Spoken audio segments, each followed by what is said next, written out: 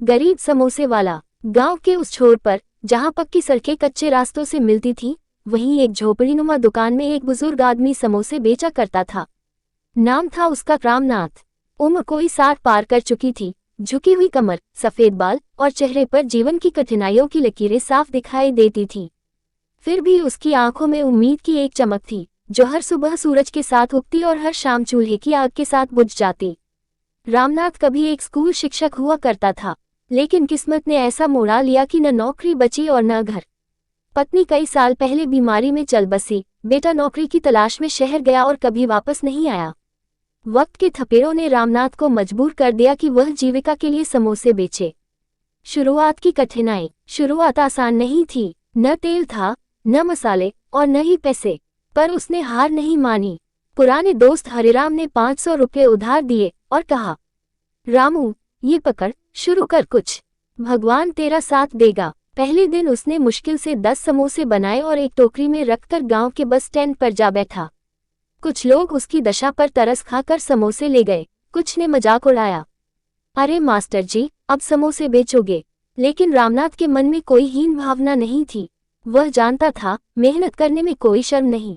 वो कहता था, कमाई चाहे छोटी हो, पर मेहनत से होनी चाहिए। धीरे धीरे बनी पहचान। समोसे स्वादिष्ट थे, खस्ता और मसालेदार। धीरे धीरे लोग उसकी दुकान पर रुकने लगे। बच्चे उसकी मुस्कान के दीवाने हो गए और बूढ़े उसकी चाय के। एक दिन एक युवक आया, स्मार्ट कपड़े, हाथ में मोबाइल, आंखों में आत्मविश्वास। नमस्ते दादा, समोसे मिलेंगे? हाँ बेटा, गर्मा गर्म। बैठो, अभी देता हूँ। समोसे खाते ही युवक चौंक गया। वाह दादा, ऐसा समोसा तो मैंने मुंबई में भी नहीं खाया। आप इसे बड़ा क्यों नहीं बनाते? रामनाथ मुस्कुराया, बेटा, बड़ा बनाने के लिए बड़ा पैसा चाहिए और मैं तो बस पेट पालने लायक ही कमा पाता हूँ। एक विचार की शुरुआत। उस युवक का नाम था विवेक, जो शहर में एक कैफे चलाता था और इन दिनों अपने ननिहाल आया था। उसने उसी शाम अपनी माँ से रामनाथ की कहानी सुनी, कैसे एक शिक्षित व्यक्ति हालात के कारण समोसे बेचने पर मजबूर हुआ। अगले दिन विवेक फिर आया, दादा, क्या आप मेरे साथ मिलकर काम करेंगे? मैं आपके समोसे को ब्रांड बनाना चाहता हूँ। रामनाथ हंस पड़ा, बेटा, ये तो बस आलू और मसाले हैं, इसमें ब्रांड क्या? दादा, आप देखिए तो सही। स्वाद, मेहनत और सच्चाई, ये तीनों चीजें अगर एक साथ हों तो कोई भी चीज बड़ी बन सकती है।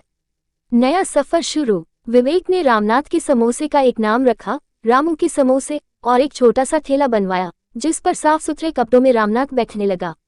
वह पुरानी चटाई और मिट्टी के कुल्हड़ों की जगह अब डिस्पोजेबल प्लेटें और साफ मेज पर समोसे परोसता।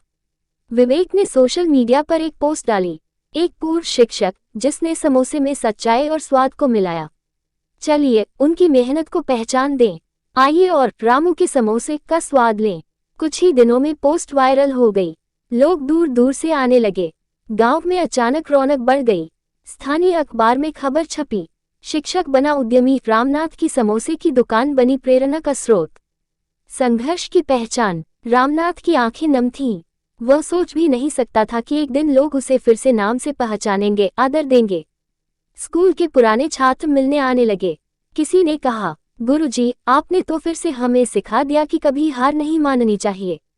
रामनाथ हर किसी से कहता, बेटा, मेहनत का फल देर से मिलता है, पर मिलता जरूर है। व्यवसाय का विस्तार। विवेक ने रामनाथ के समोसे को एक फ्रेंचाइजी ब्रांड में बदलने की योजना बनाई। अब रामनाथ के समोसे शहर के कैफे में भी बिकने लगे।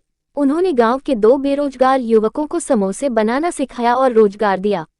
रामनाथ की दुकान अब एक छोटा सा रेस्टोरेंट बन चुकी थी। मिट्टी की खुशबू, पुराने रेडियो से बजता संगीत और हर दिन 200 से ज्यादा समोसे बिकते। वह अब भी सबसे पहले आता और सबसे बाद में जाता, लेकिन अब उसके चेहरे पर संतोष था। पुराने बेटे की वापसी। एक दिन एक थका हारा आदमी रामनाथ की दुकान पर आया। वह वही खोया हुआ बेटा था, शिवम, जो शहर में गलत संगत में पड़कर सब कुछ खो चुका था। रामनाथ ने उसे देखा, कोई सवाल नहीं पूछा, बस चाय दी और कहा, बैठ बेटा, तुझसे बात करनी थी कई सालों से। शिवम रो पड़ा। पिता और बेटे ने एक दूसरे को गले लगाया। शिवम अब उस दुकान में काम करता था और रामनाथ ने कहा, बेटा, गलतियां करना इंसानी फितरत है, लेकिन सुधारना ही असली मर्दानगी है। पुरस्कार और पहचान। 1 साल बाद जिला प्रशासन ने रामनाथ को आदर्श उद्यमी सम्मान से नवाजा। समारोह में मंच पर खड़े होकर रामनाथ ने कहा, मैंने समोसे नहीं बेचे, मैंने अपने आत्मसम्मान को जिंदा रखा। अगर किसी को लगे कि उसकी किस्मत साथ नहीं दे रही, तो मेहनत को अपना साथी बना ले। समाप्ति नहीं, शुरुआत।